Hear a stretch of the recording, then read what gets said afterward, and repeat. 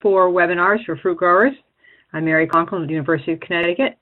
Today our guest is Dr. Elsa Pettit from the University of Massachusetts, a grape specialist, and she's going to speak on strategies for canopy management for optimal juice quality. If you have questions as we go through this, please put them in the chat box, and at the end of the webinar, we'll answer all of your questions. All yours, Elsa. All right, thank you.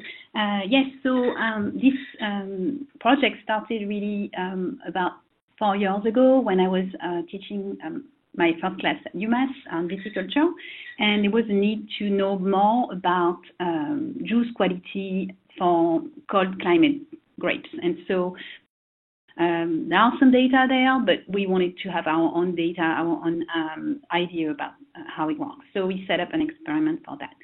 So today, I would like to give an introduction of what are the possibilities in terms of canopy management and what are their expected effects.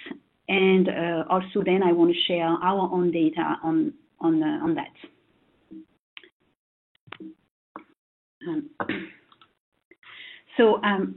It all starts, if we want to maybe take a step back, it all starts with really our need for new grape varieties. We know this very well in cold climate viticulture, but even more with now very unpredictable climate changes, we need to know more about what's happening with those grapes. And so an example in France, because I'm French, I guess I have to talk about France. So this map shows you that the date of harvest has been changing dramatically over the years as just in France, so as climate changes. And so that tells you that, what do we do with that? And things are going to change, so how do we adapt, and what are the effects, of whatever we do in terms of canopy management on these changes, and how can we take into account the climate with that? If we think about the amount of varieties biodiversity that we have, if we look at this map, in Europe we have only one species, as you can see here. In Europe we have only one species, and if we look at just the northeast of the US, we have about half of the biodiversity of the varieties. So that's a huge biodiversity that is only now being used, and so it's used very recently, so there is a lot of need to learn more about how they are compared to the European grapes. So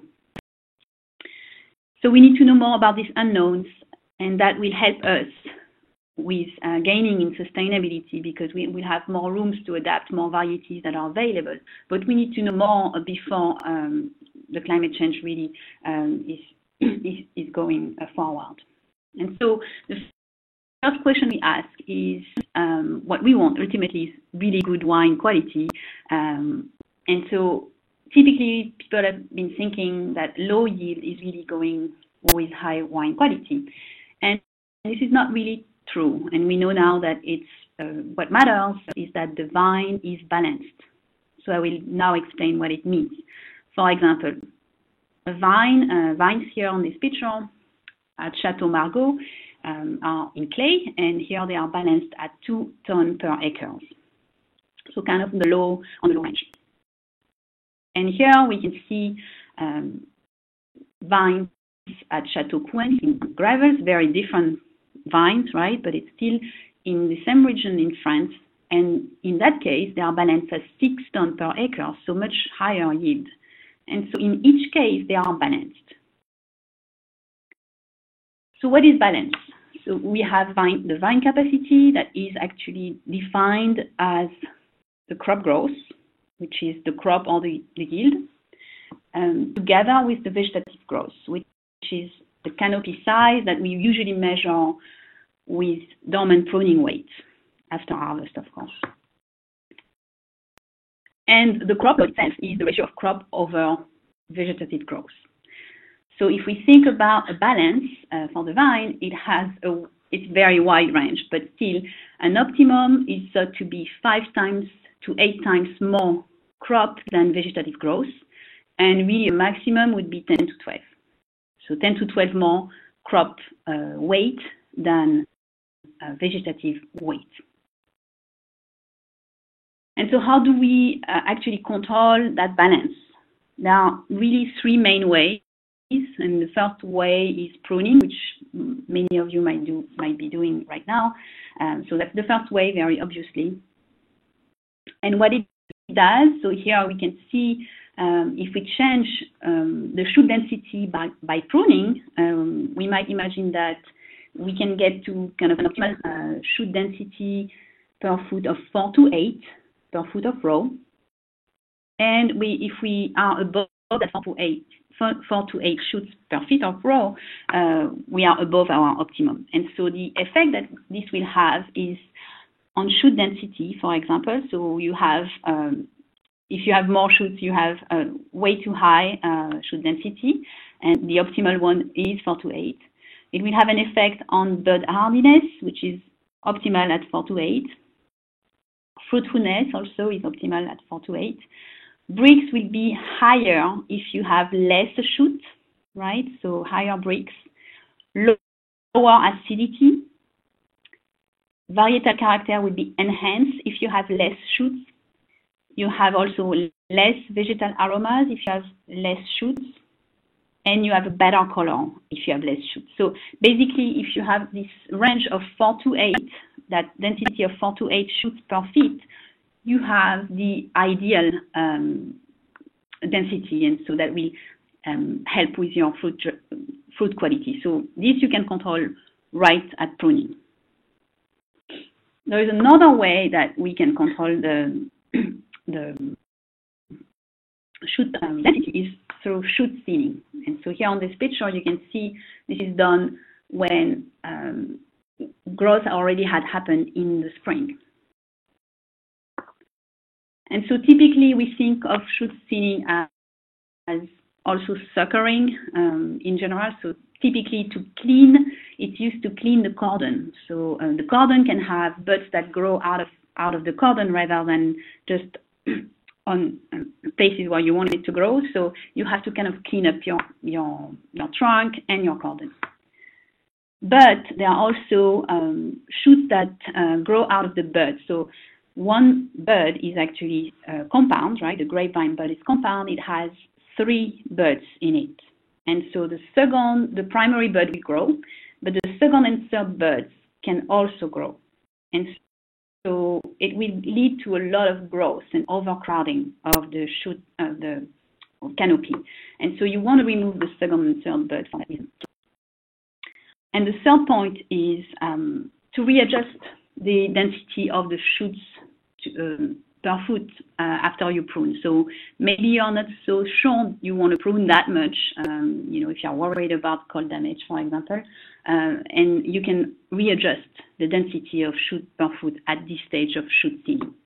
And you can see on this picture, you have a before and after shoot thinning. So you have much less shoots per feet.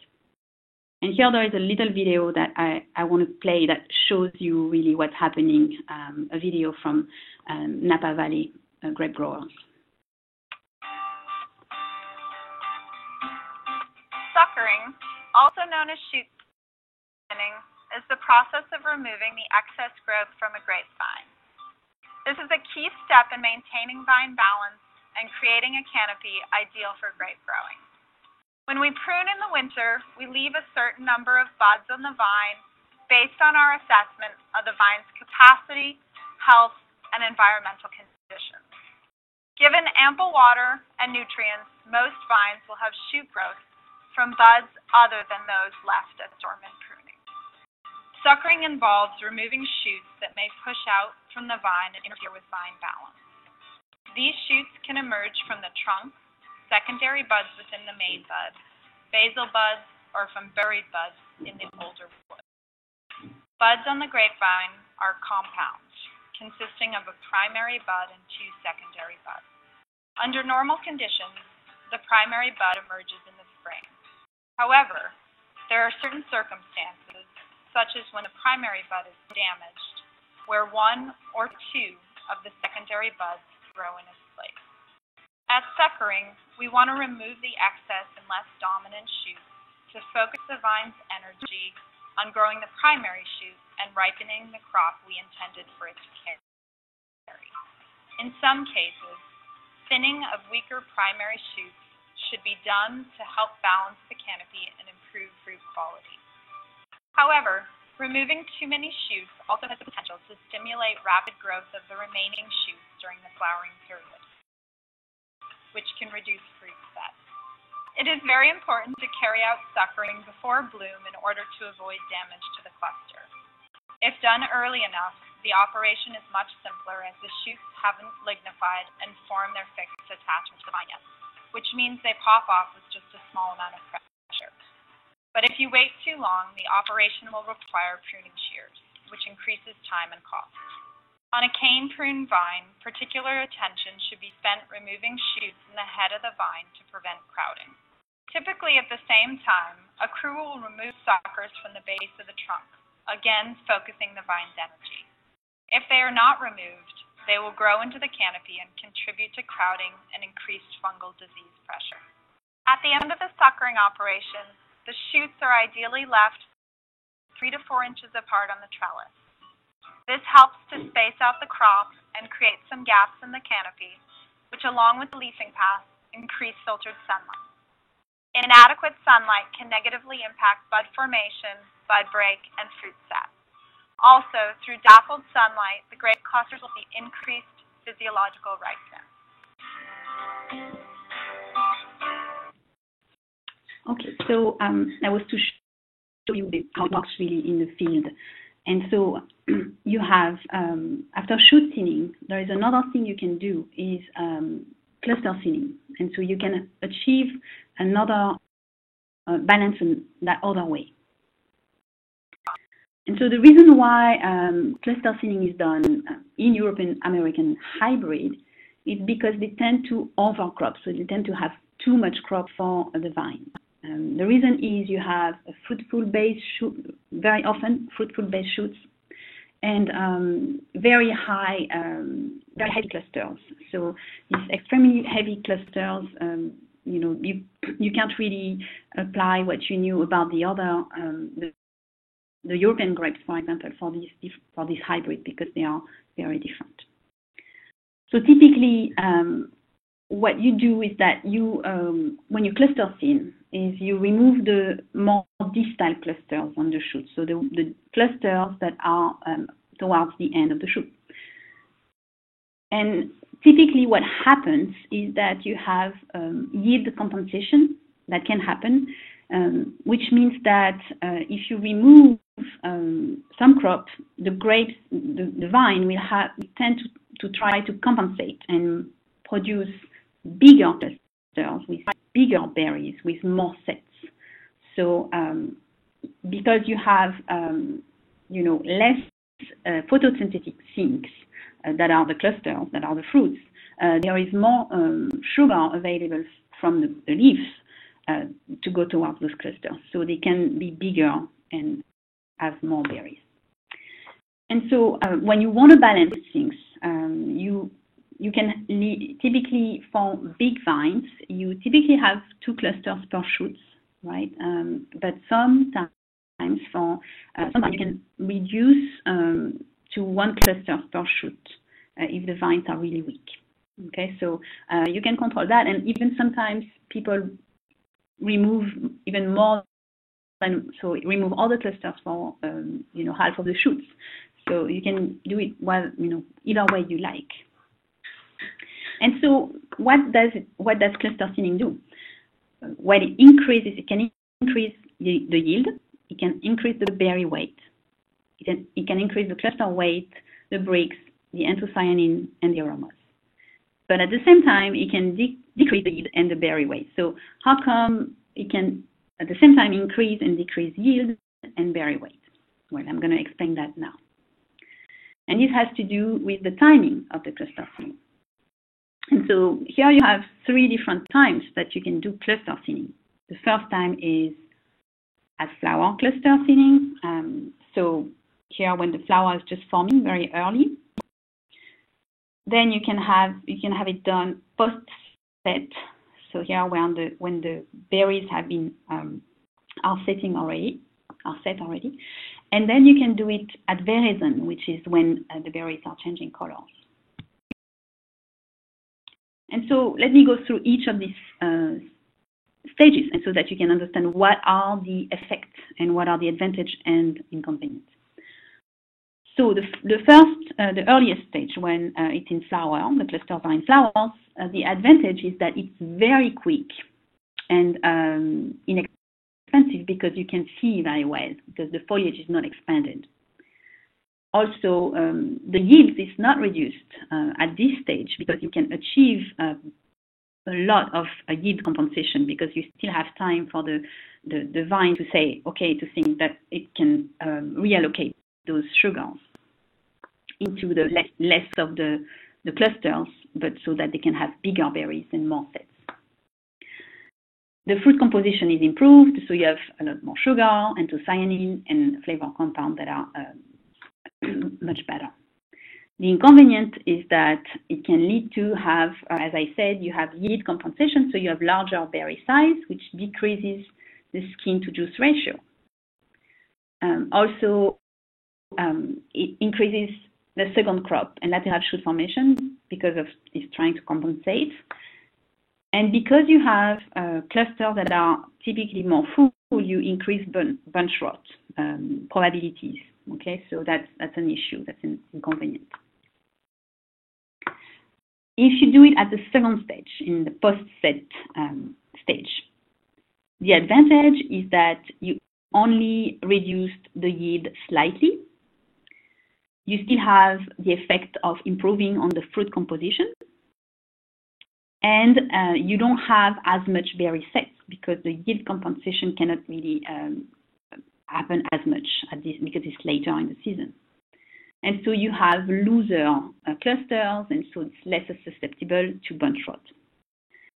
The inconveniences are that it's more expensive than flower seeding because you cannot see as much, you cannot see as well, so it's more time in the vineyard. And because of that, because you cannot see, it's not as effective. What about the third stage, the post-veraison stage? The advantage of that stage, of doing at that stage, is that you keep the skin and juice ratio, you increase it, so because you don't have bigger berries. The berry size is not increased. You can improve the fruit composition, but the inconvenience is that you reduce the yield, for sure, because you don't have any yield compensation, and you increase the labor because it's very difficult to do it. You can't see as well at this stage. So this is doubly expensive because you have to increase labor and you have a reduced yield. So the question that is asked, this was all theory, and so is there really an increase in grape quality due to cluster thinning and or shoot thinning? And so what has the previous research shown? So most of this previous research that when you look in the literature, this is all the references that I put here on below the slides. The results are highly dependent on the variety and on the year.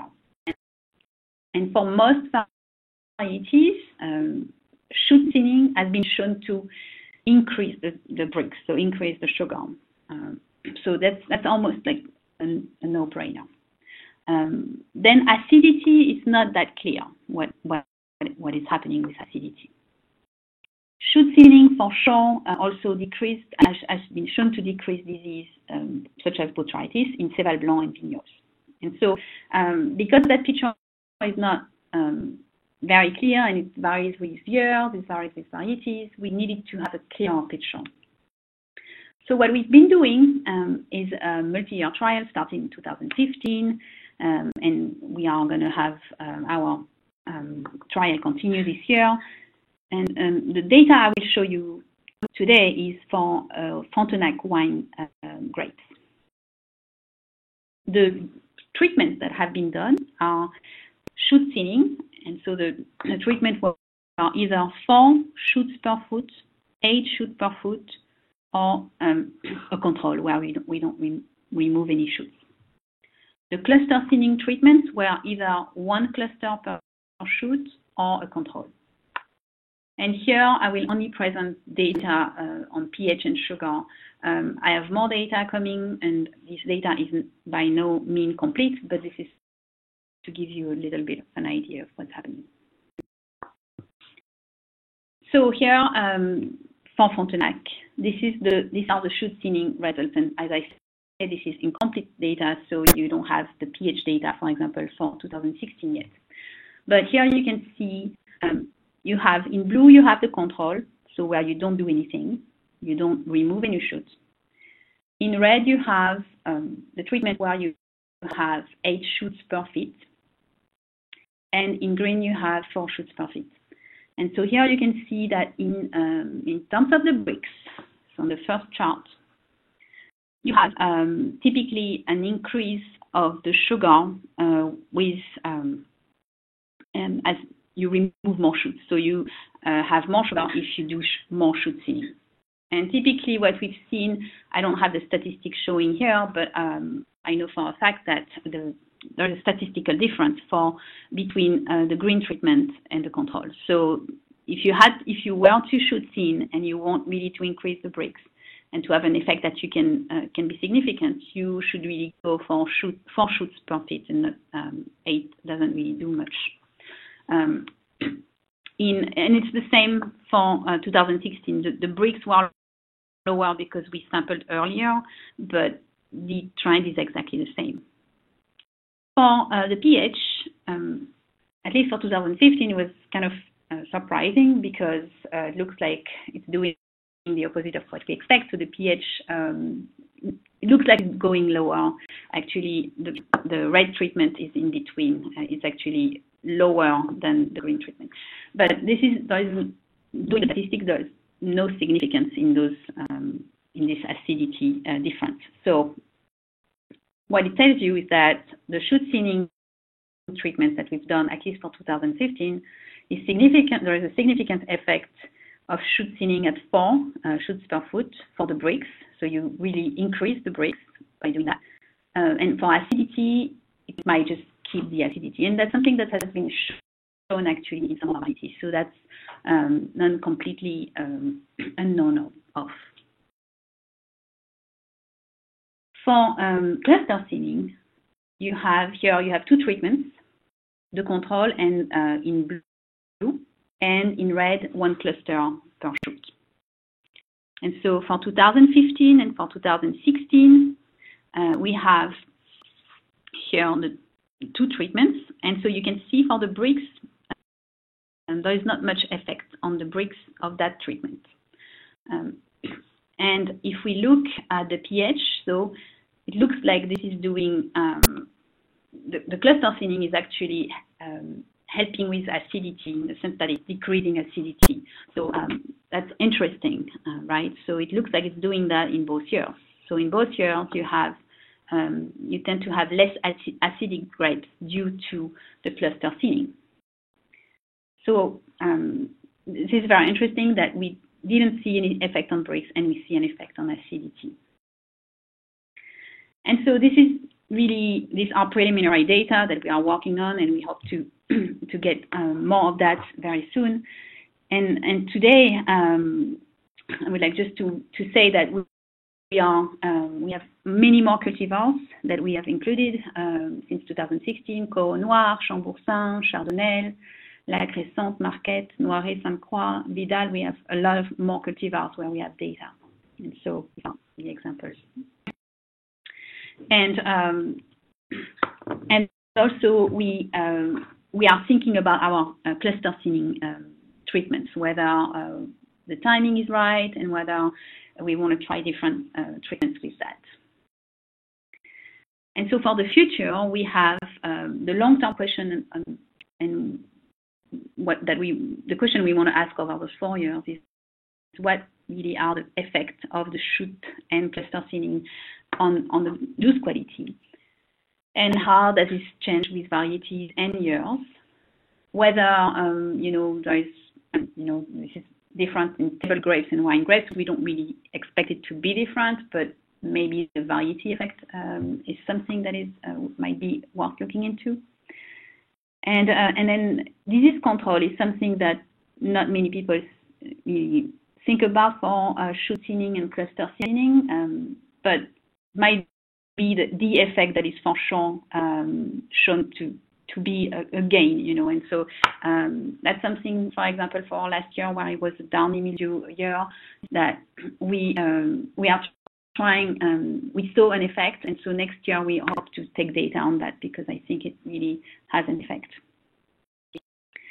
And the last question is how shoot and cluster thinning will affect the choice in harvesting time with changing climate. So because we see that basically when you do those treatments, you can modify the pH with cluster thinning for Frontenac, for example, and the bricks with shoot thinning. So how do you combine those treatments so that you have the perfect ideal acid to sugar ratio? As you can see here on this graph, the ratio has been, the time of the ratio has been changing, and the time of the ideal flavor has been changing due to a changing climate. So how do we play with this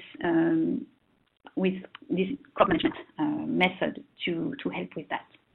And so that's it. So with that, I want to acknowledge the CAFE, which is the Center for Agriculture, Food and the Environment at UMass, and so they offered summer scholarship with this student Alex that has been working on it. Connor and Joe also have been working on it. And so Sonia also is my colleague here at UMass and has been very helpful with this experiment. She's been planting the vineyard and taking care of the vines for a long time. And so for more information, anything that I don't happen to answer today, you can contact me at this email address. So that I'll take questions now. I'll see if I'm doing that right. Yeah, so if anybody has any questions, please put them in the chat box and Elsa can answer those. There aren't any there right now, but we'll... Okay. Okay.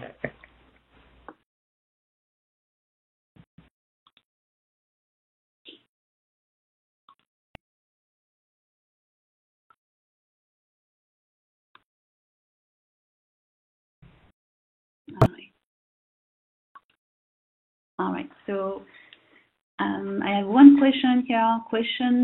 The number 1 to 10 issue is mildew, powdery mildew, dusty, etc. We use more to this disease than anything else. That the maximum way to do this is to cut early, drop fruit early to just overcome this disease. Let's see. I see. So you are saying that is the question whether you would like to have an earlier harvest, maybe. So by doing this, by doing shoot and cluster thinning, you would definitely shorten your growing season. So if you wanted to avoid the effect of disease later in the season, such as powdery mildew, downy mildew, botrytis, maybe that would be worth compounding with the length of the season. Maybe that could help to kind of play with canopy management so that you can have your grape ready earlier. I don't know if this is the question, but also having done shoot thinning, you can have a much better disease control. So reducing the amount of canopy is really helpful with controlling the disease. So yes, that would help in these two ways, I think, if it's the question. Yeah, thank you.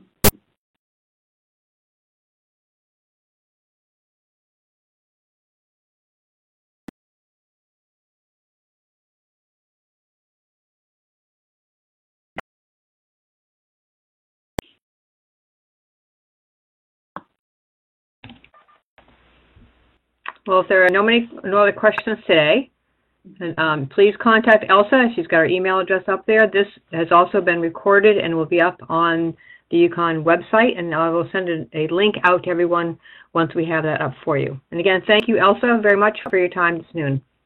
Thank you. Thank you, everybody. Thank you, Mary. Thank you, Stacy. Bye. Bye. Thank you.